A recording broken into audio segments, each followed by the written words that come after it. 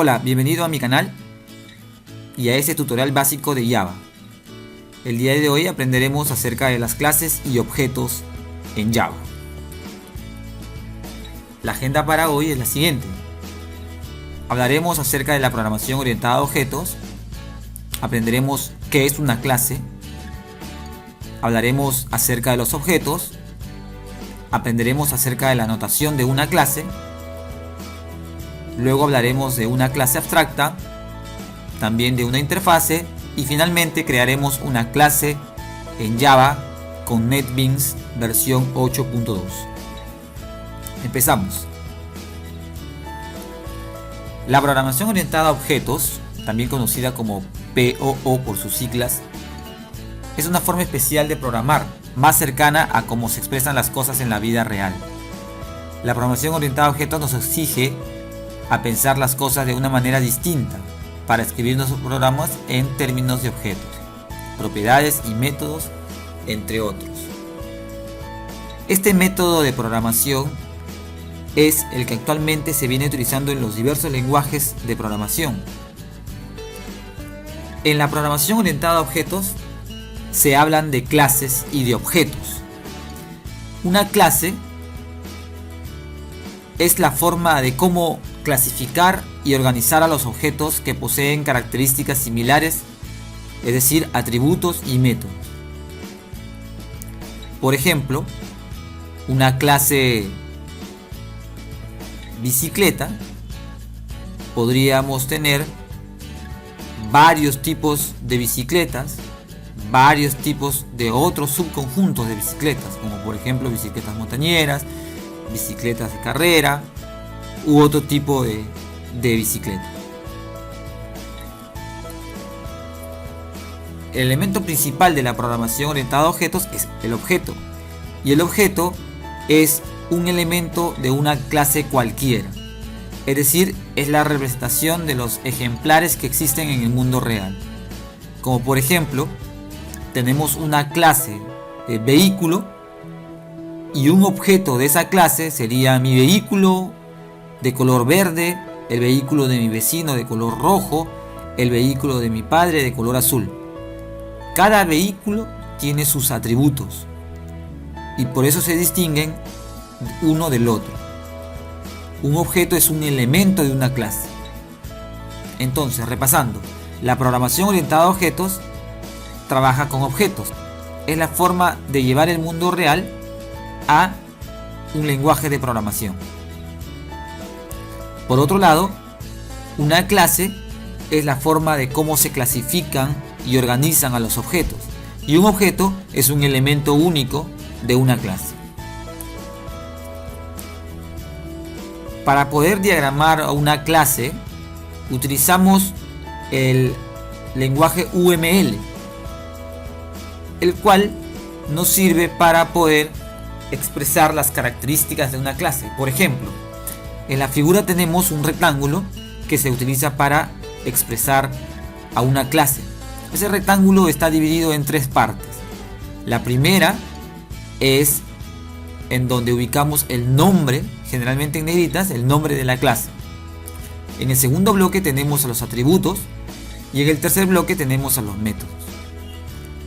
Cada atributo tiene una visibilidad, así como también los métodos. Y la visibilidad puede ser pública, privada y protegida.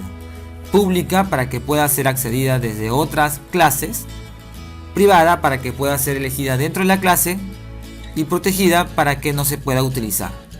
Por otro lado, los métodos pueden o no tener un parámetro y pueden o no devolver algún resultado. Recuerden que el nombre de la clase se coloca en negrita y cuando una clase es del tipo abstracta, esta se colocará en negritas pero en cursiva. De igual manera, si un método o un atributo es abstracto, también se colocará en cursiva. Más adelante aprenderemos acerca de qué cosa es una clase abstracta. Cabe indicar que cuando un método o un atributo es estático, se coloca una línea debajo como subrayado. Un método o atributo estático es aquel al cual podemos acceder siempre y cuando sea público desde cualquier clase sin necesidad de instanciar la clase que lo contenga.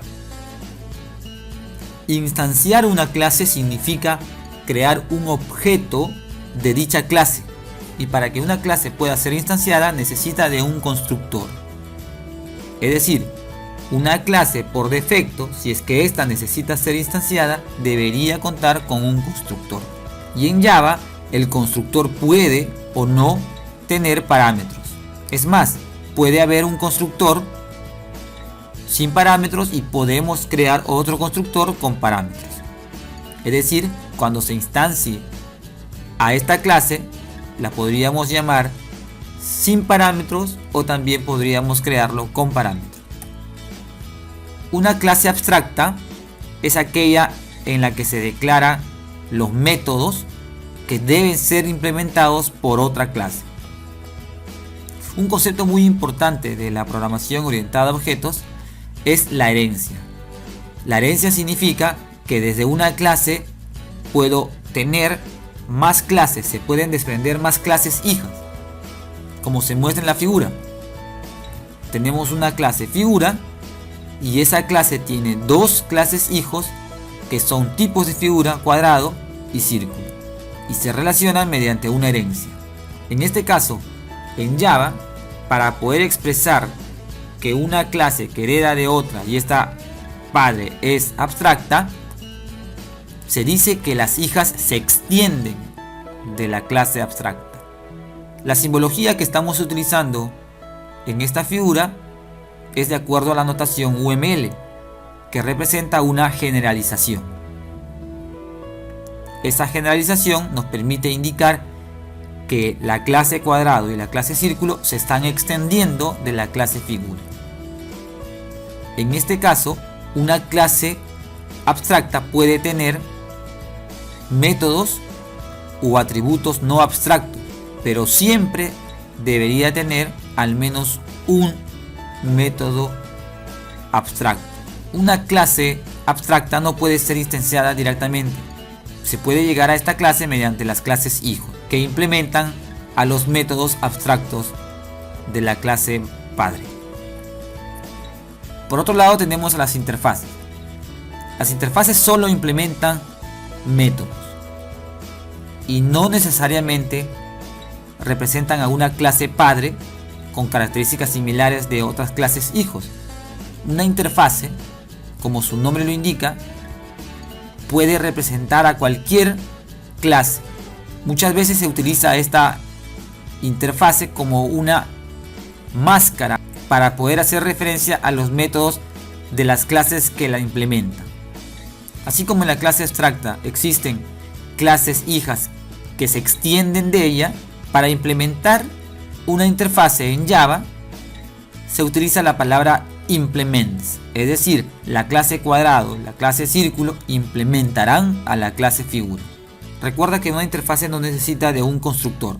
Ahora crearemos una clase en la herramienta NetBeans 8.2. Como se puede observar, en la herramienta NetBeans 8.2, en la parte izquierda se encuentran los proyectos. Vamos a ir en el menú archivo, nuevo proyecto, y solamente para el ejemplo vamos a crear un proyecto del tipo Java Application, al cual llamaremos App1. En este caso crearemos nuestra primera clase. Recuerde que las clases se organizan mediante paquetes. En este caso, para la aplicación 1 se ha creado el paquete por defecto App1. Dentro de ese paquete crearemos una nueva clase. Para ello hacemos clic derecho sobre el paquete y escogemos nuevo Java Class. Y por ejemplo crearemos la clase persona. Nótese que por defecto la clase es pública y en este caso NetBeans me crea la clase con contenido vacío. Lo primero que haremos es crear a los atributos de esa clase. Por ejemplo, para crear los atributos de manera privada utilizaremos la palabra reservada private. Vamos a colocar los nombres de la persona con el tipo de dato string. Colocaremos nombres. Recuerden que en Java toda línea termina en punto y coma, salvo las estructuras de control. Continuamos con el siguiente atributo, el cual también es del tipo string y llamaremos apellidos. Luego que hemos creado los atributos de la clase, procederemos a crear el constructor. Para crear el constructor en NetBeans, hacemos clic derecho, insertar código y seleccionamos constructor. En este caso podemos crear con o sin parámetros. Tenemos nuestro constructor sin parámetros y si lo deseo puedo crear otro constructor con parámetros. Este constructor sin parámetros y tenemos el constructor con parámetros. Recuerden que para que una clase sea instanciada necesita de sus constructores. Finalmente crearemos los métodos de nuestra clase. Para ello seleccionamos insertar código haciendo clic derecho y los métodos en este caso serán get y set para todas las variables. En este caso los métodos get y set nos ayudarán a asignar un valor a nuestros atributos y recibir los valores que tengan en un determinado momento. Por ejemplo, el atributo nombres tiene el método getNombres que nos devuelve el valor actual de esa variable y tiene el método setNombres que asigna un valor a esa variable. Nótese que los métodos get retornan un valor porque se indica en el método el tipo de dato. Si queremos que un método no retorne un valor, utilizamos la palabra reservada void, como es el caso de los métodos del tipo set. Hemos aprendido a crear nuestra primera clase. Bien, espero que les haya gustado esta introducción teórica a Java y espero que se suscriban a mi canal para continuar con los siguientes videotutoriales. Nos vemos, hasta pronto.